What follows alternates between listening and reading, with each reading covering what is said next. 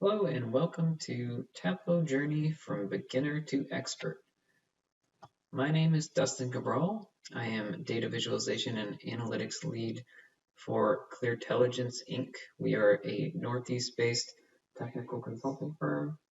My specialties are visual design, analytics, community building in respect to Tableau and data visualization, community building inside large organizations, and obviously from this picture, being the cool dad.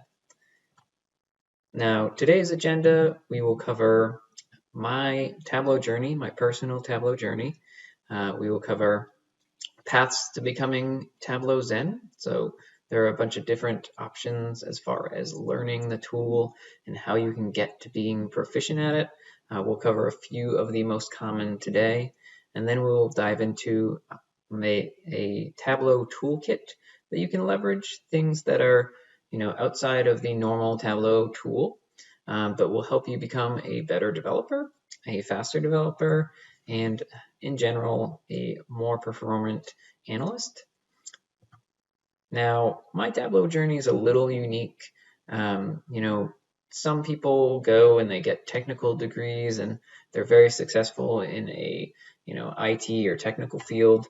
My journey actually started in 2009. I graduated from Bryant University, which, for those of you who don't know, is a business school.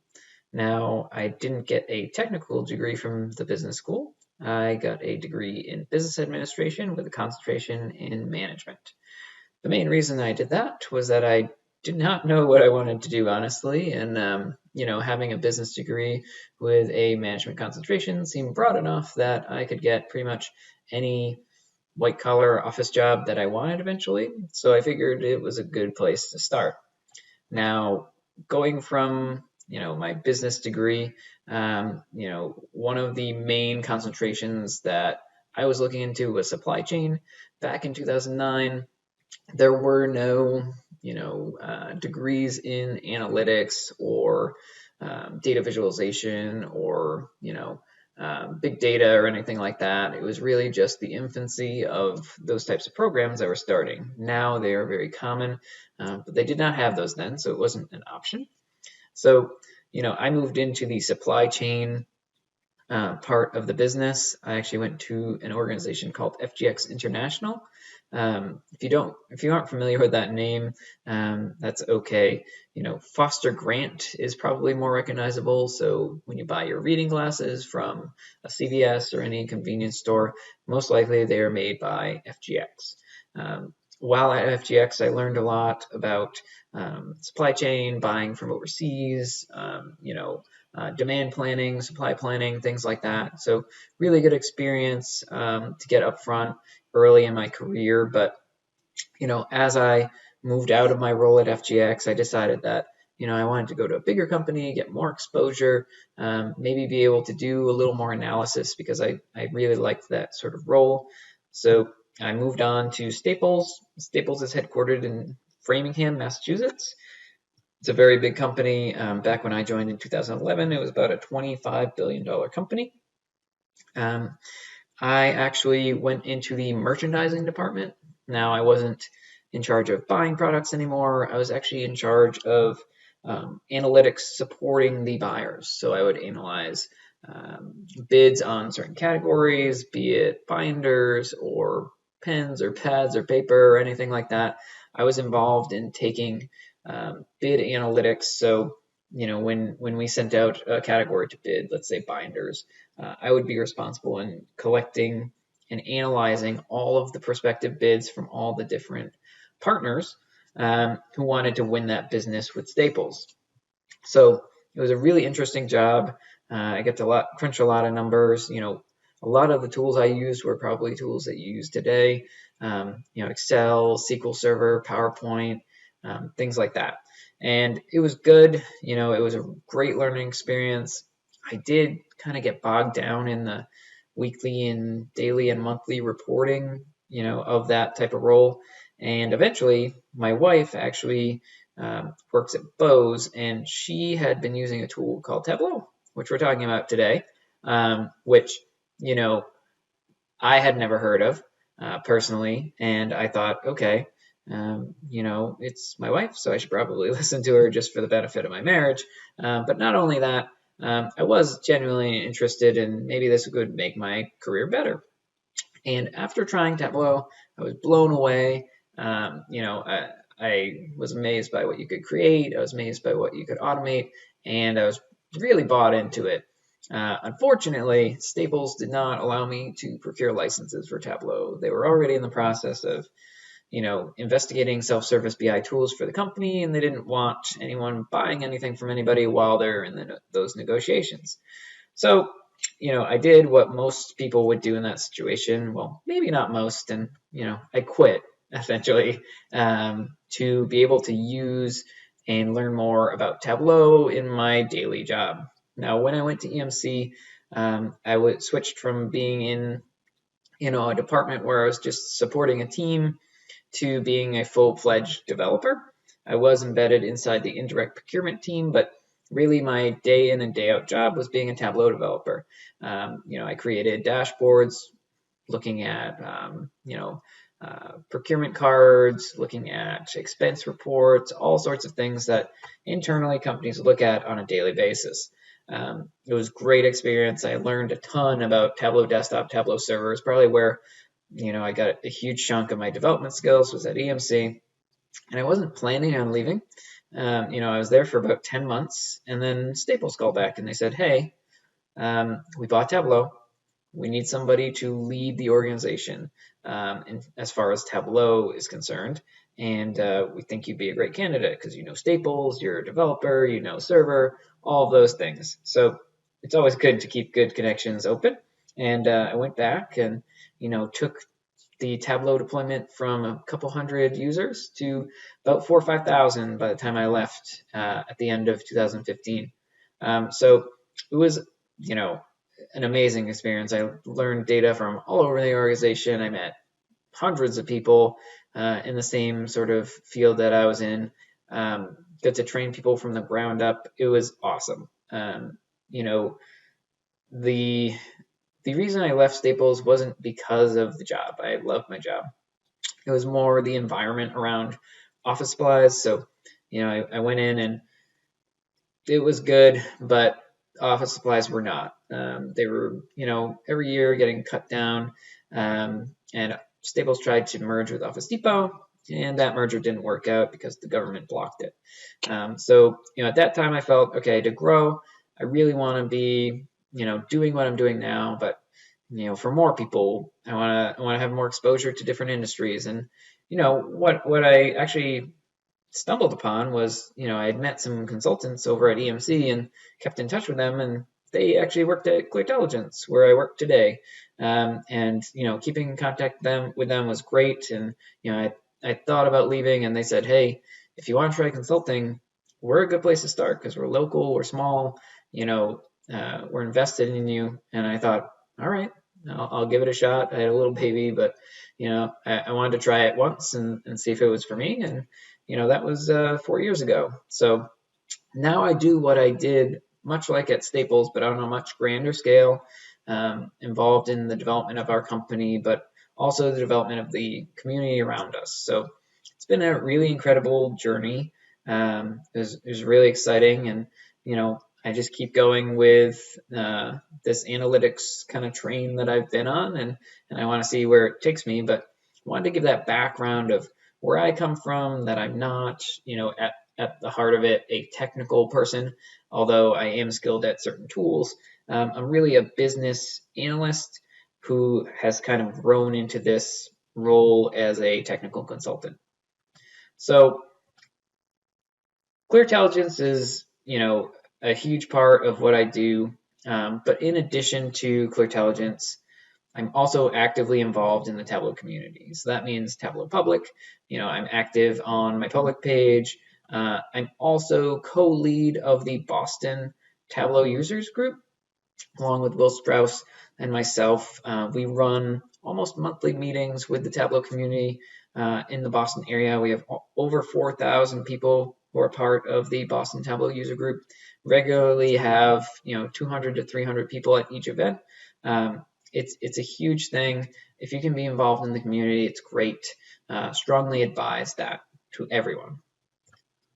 So when we talk about paths to Tableau Zen, and not that at the end of this you're going to be a Zen master, because there are only 25 or 30 in the world, and not everyone can get to that level. It takes a huge amount of dedication, huge amount of work. But just to illuminate that there are different ways to becoming proficient at the tool, and people have to recognize that not all of the training methods work for everyone. And I recognize that because I've trained thousands of people, and they're all different. But there are certain paths that stand out as ways to learn and get good at this tool. So the first is the student path. Second is, I call it the DIY or do it yourself. And the third is practical. Now, any combination of these can happen. And, I myself am probably a combination of DIY and practical, but, just to group these into kind of modes of thinking can be helpful for you while you take those steps becoming proficient at the tool. Now, the student is an interesting path. It's very similar to what you've experienced in high school and especially college. For people who like structure, people who like learning a tool through classes and tests and certifications, this is really a good way to go. Tableau provides a ton of free online material. They have learn as you go, web training, learning virtually. They have in-person classes. There are partners of Tableau, such as ClearTelligence and others, that provide training to companies directly or publicly. So there's a huge opportunity for people to get in on those classes and learn that traditional way, where you've got an instructor, you've got a coursework, you've got examples to follow, you've got certifications to pass. There is a very structured way to learn Tableau, and the path of the student represents that. Now, the tests are probably a little different than what you would take in college. They are technical tests, and most of them can be taken online from the comfort of your home. There are some rules to taking the tests, and we have other videos that are concerned on how to pass certifications and things like that, so you can check those out as well. But the certifications, in my opinion, are a great way to set yourself a goal. Now, if you're the type of person that has trouble sort of getting through something, like they want to start it, but they don't know how to follow through, tests can provide that sort of, light at the end of the tunnel, the goal to kind of shoot for. So if you know that you have a test scheduled in a month or 2 months from now, and you really need to learn the things on the test agenda, you're going to put in the time to do that, especially if you pay a little money to get there. Now, the tests aren't exorbitantly expensive, and you can most likely get your company to sponsor you as long as they use Tableau and that sort of thing. It's a career building activity, so I would ask you to do that. But they are a great way to kind of set yourself up to succeed, to have that goal at the end of it. And we can tell you from experience that the specialist exam and the certified associate are very doable for those people who have done a few months of Tableau, and they're into the tool and they can readily kind of study for it for a little bit. Those are definitely exams that can be passed in with relative ease, as long as you're dedicated to it. The certified professional and other tests are a little more difficult, but also very good to kind of leverage as goals for yourself. The DIYer is a different path. So this is more along the lines of where I fall, and you may be that way, you may not. But I typically like learning tools on my own. Part of that is because I have 2 kids and not a lot of time to take training classes. I'm also a consultant, so taking a few days out to go to a training course is not typically an option, because I'm always involved with client work and things like that, extracurriculars. So leveraging things like videos and forums are huge for me. The videos that Tableau provides are excellent. They're all broken down into 2 to 8 minute time blocks. They provide a huge amount of content. They're broken up into different areas, so you can concentrate on different things. You can, take little bites out of them. People the little idiom, how do you eat an elephant one bite at a time? That's where the videos really come in handy, is that it can seem a little daunting getting used to Tableau and, learning all the ins and out of it, but being able to leverage it in little bite-sized pieces can be a huge help in that way. There's a lot on YouTube, just from the Tableau community as well, but Tableau is a great place to start, and it's free, which is awesome. Tableau forums are probably the biggest piece of the DIYer kind of band. Now, a lot of you have probably leveraged Excel and different things like that, and you've Googled stuff before. You've gotten stuck on something and you need to figure it out, so you'll go to Google, you'll type it in, and you'll try and get an answer out. The great thing about Tableau is that it has a huge, huge community. Outside of the people that Tableau pays to support it, there are many, many thousands of people that will go on Tableau forums. They will ask questions, they will answer questions. You can pretty much Google anything you want to know about Tableau, and there will be a Tableau forum post about it.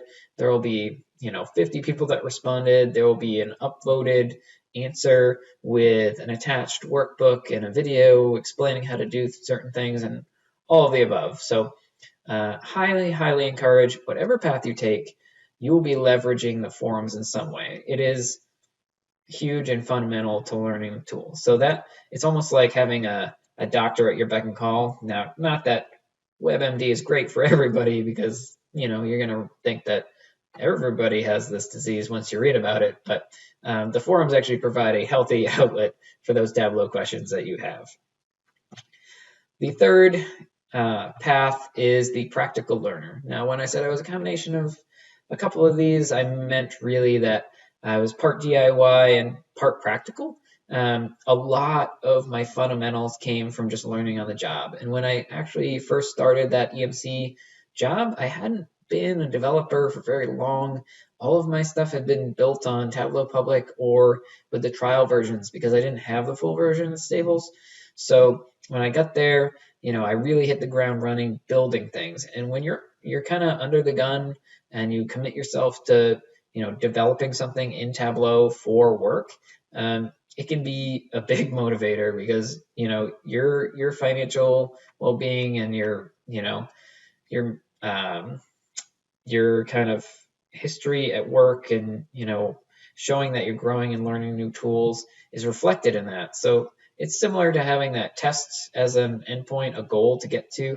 Tying it to something real can really help you. If you're just doing it for fun, if you're not super motivated, you're probably not going to follow through on it. Even I have trouble, committing to Tableau Iron Viz and things like that with my busy schedule, but I do set aside some time a few times a year to work on personal passion projects, but I have a lot at work that's keeping me in the tool.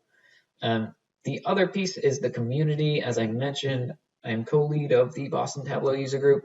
It is a huge outlet. So not only is there an online community, but the in-person communities are huge. There's one in every pretty much major city in the United States. But look for the community that's closest to you. You can learn a lot about what companies are doing with the tool, but more importantly, you can meet developers around your community. You can get help from them. You can make connections. It's a great way even to, switch careers and get jobs and things like that. So highly recommend going to the community, leveraging things like Makeover Monday, Workout Wednesday that are run online. So if you can't think of things for work, if you don't have personal passion projects, you can go to those community-led endeavors, and those will help you learn the tool as well. Now, we've got our different paths, which is great, but we also have kind of 5 must-dos no matter which path you're taking. The first is find a mentor. Now, a mentor doesn't necessarily have to be good at the tool. That might sound counterintuitive, but just having somebody in person or online that you can bounce ideas off of, you can get feedback from, is huge. I know that you can Google anything and get it on the forums and you can watch videos and all that, but just having a human to talk to is great, and it can really help move you along. when, I was at Staples, and even now as a Tableau doctor, working with people one-on-one can really elevate their talent, can really kind of give them that person to sound off on, the person to review what they're looking at, and to keep them going. If you know that you're meeting with somebody and you're going to show them something, you're going to work harder on it. So having a mentor is a huge piece of becoming really good at Tableau, really good at anything, but Tableau in particular.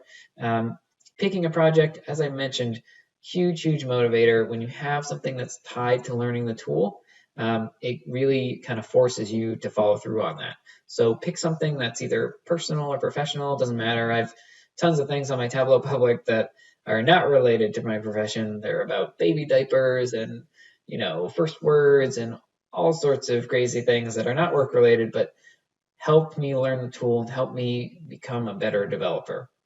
So definitely have a project that you can fall back on, that you can, develop towards, and have that goal to go to.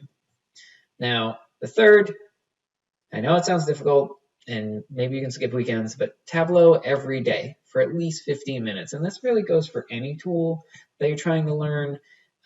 Just being exposed to it over and over again and keeping it fresh is really important. Even for someone like me who's been doing Tableau literally every day for the last 4 years, if I go on vacation for a week or two and I come back, I am a little rusty and I'll forget things, and I'm constantly Googling and re-remembering things that I did a couple years ago. And, for somebody just starting out, this is super important, just to be immersed in the tool.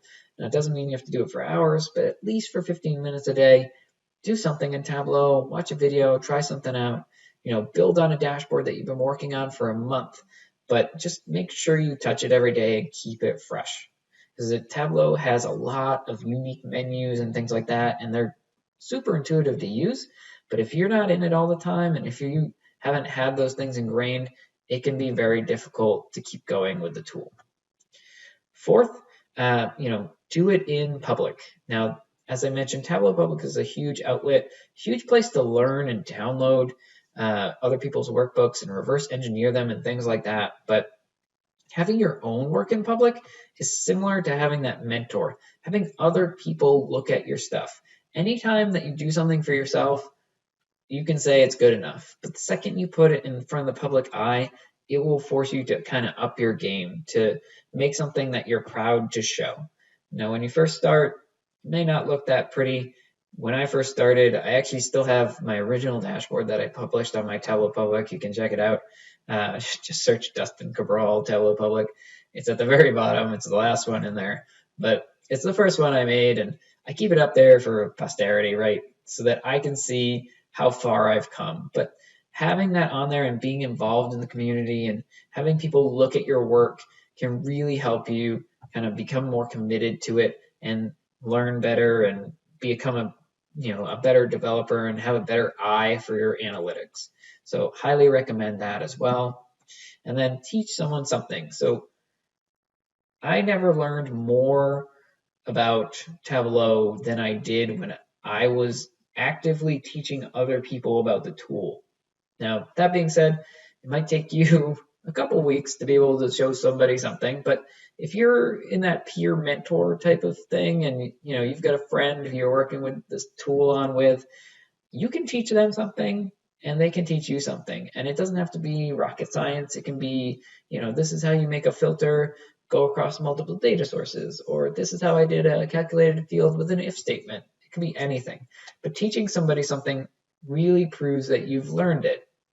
And it takes a little practice to, show people something in a manner that is intuitive and they can understand. But, when you can speak intelligently about a tool and how to do something, you've really learned it. So that's another huge piece of the 5 must-dos. So if you take nothing else from this presentation, the 5 must-dos are key. If you can stick to those, I will guarantee that you will become at least proficient at this tool, if not, really, really good at it. And you're gonna really enjoy it if you follow these as well. So not only will you be good at it, and it'll be something you're great at work, but you'll see it kind of move into your personal life as well, your passion projects and things like that. So those are our main paths to becoming good at Tableau, how to learn the actual tool. But right now we want to talk a little bit about the Tableau utility belt. Now these are things that are not inherently Tableau, but help augment Tableau's success. Now you might have a different utility belt than me and all that, but this is a great place to start. I found these to be supremely helpful tools. Most of them are free and open source, and they can really give you an edge from somebody like myself who can't draw to save their life, but somehow I can do things in a tool like Tableau. These tools really help me enhance a lot of my visuals, enhance a lot of my work without a lot of effort on my end. So I want to make sure that you all become proficient in the tool, but these can be kind of game changers in terms of taking your visual analytics up a notch. So the first is templates. Now, some people think templates and they might think, okay, do you mean templates in terms of charts? Like here's the charts that I'll use, and then I'll use those same charts on a different dashboard. It's not what we mean by templates. Templates are really visuals that get layered behind dashboards that help you create a structure around what you're making. Now, this may not be intuitive at the start. You might end up developing your dashboards using tiles rather than floating and things like that. And you'll start organizing dashboards like that, which is great to start. But really having sort of a framework to your dashboard can be key. And the way that we tell people to leverage templates is to build them in PowerPoint. Now, everybody has PowerPoint pretty much, which is why it's a great tool to start with. You can make a background image, which is really just a slide. You can put your title in there. You can put your headers in there. You can put custom shapes. You can put titles for your visualizations. You can put boxes where your visualizations are going to go. You can really kind of outline what you want to make in Tableau even before you bring them in. The other nice thing about Tableau and PowerPoint is that the sizing is equivalent. Now in Tableau, everything's in pixels. So let's say you have a dashboard that's 1,400 pixels wide by 1,000 pixels down. Well, in PowerPoint, that's 14 inches wide by 10 inches down. So every 100 pixels is an inch in PowerPoint. So the key there is that you make your PowerPoint the same size as your dashboard is going to be. You create all your background visuals, which are just shapes and images and things like that.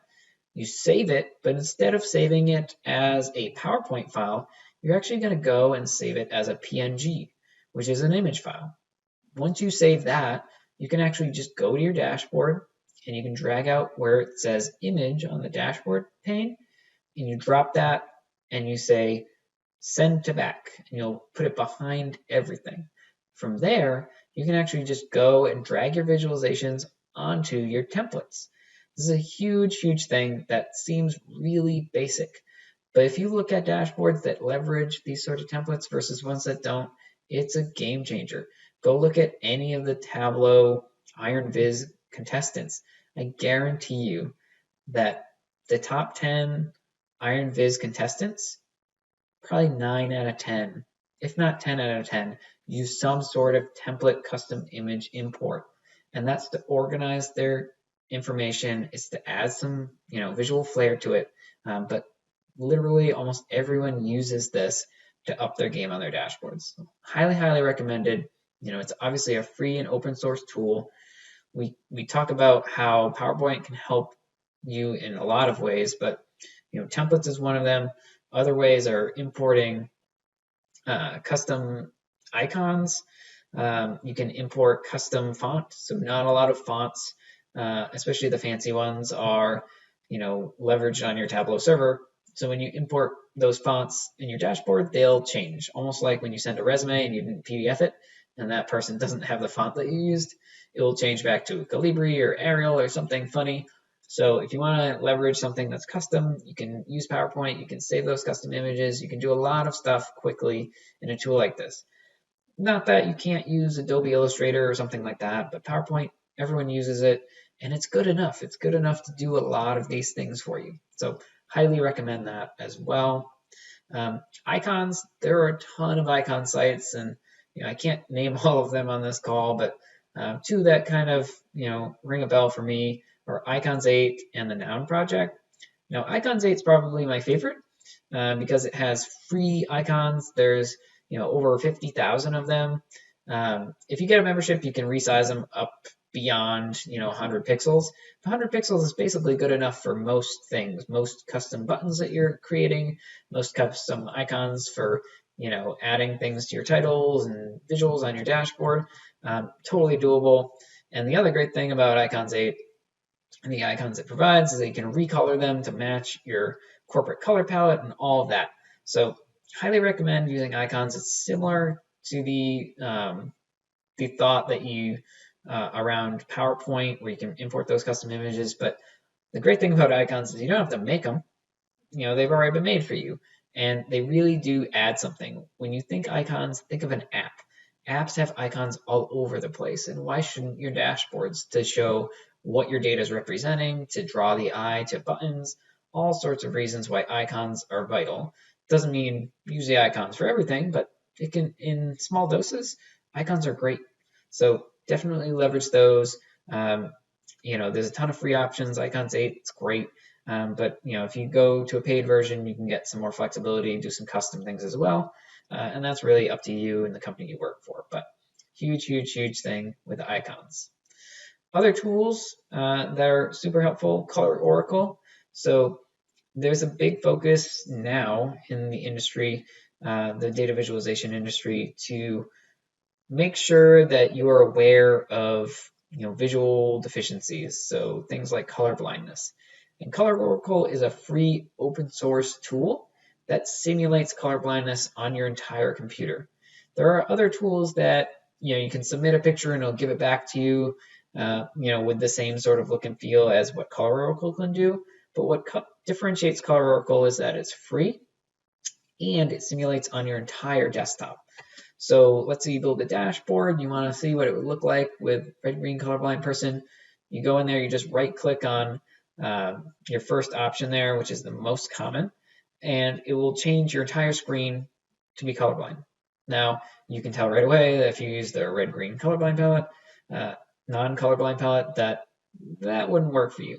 But this is a great tool to give that simulation. Actually, on our team, we used to just use one of the people that was conveniently colorblind on our team to look at our dashboards, but it's hard for them to verbalize what they're looking at and have it translate to us, because people have always seen full color range, don't really know off the bat what color blindness looks like. So great tool, highly recommend it.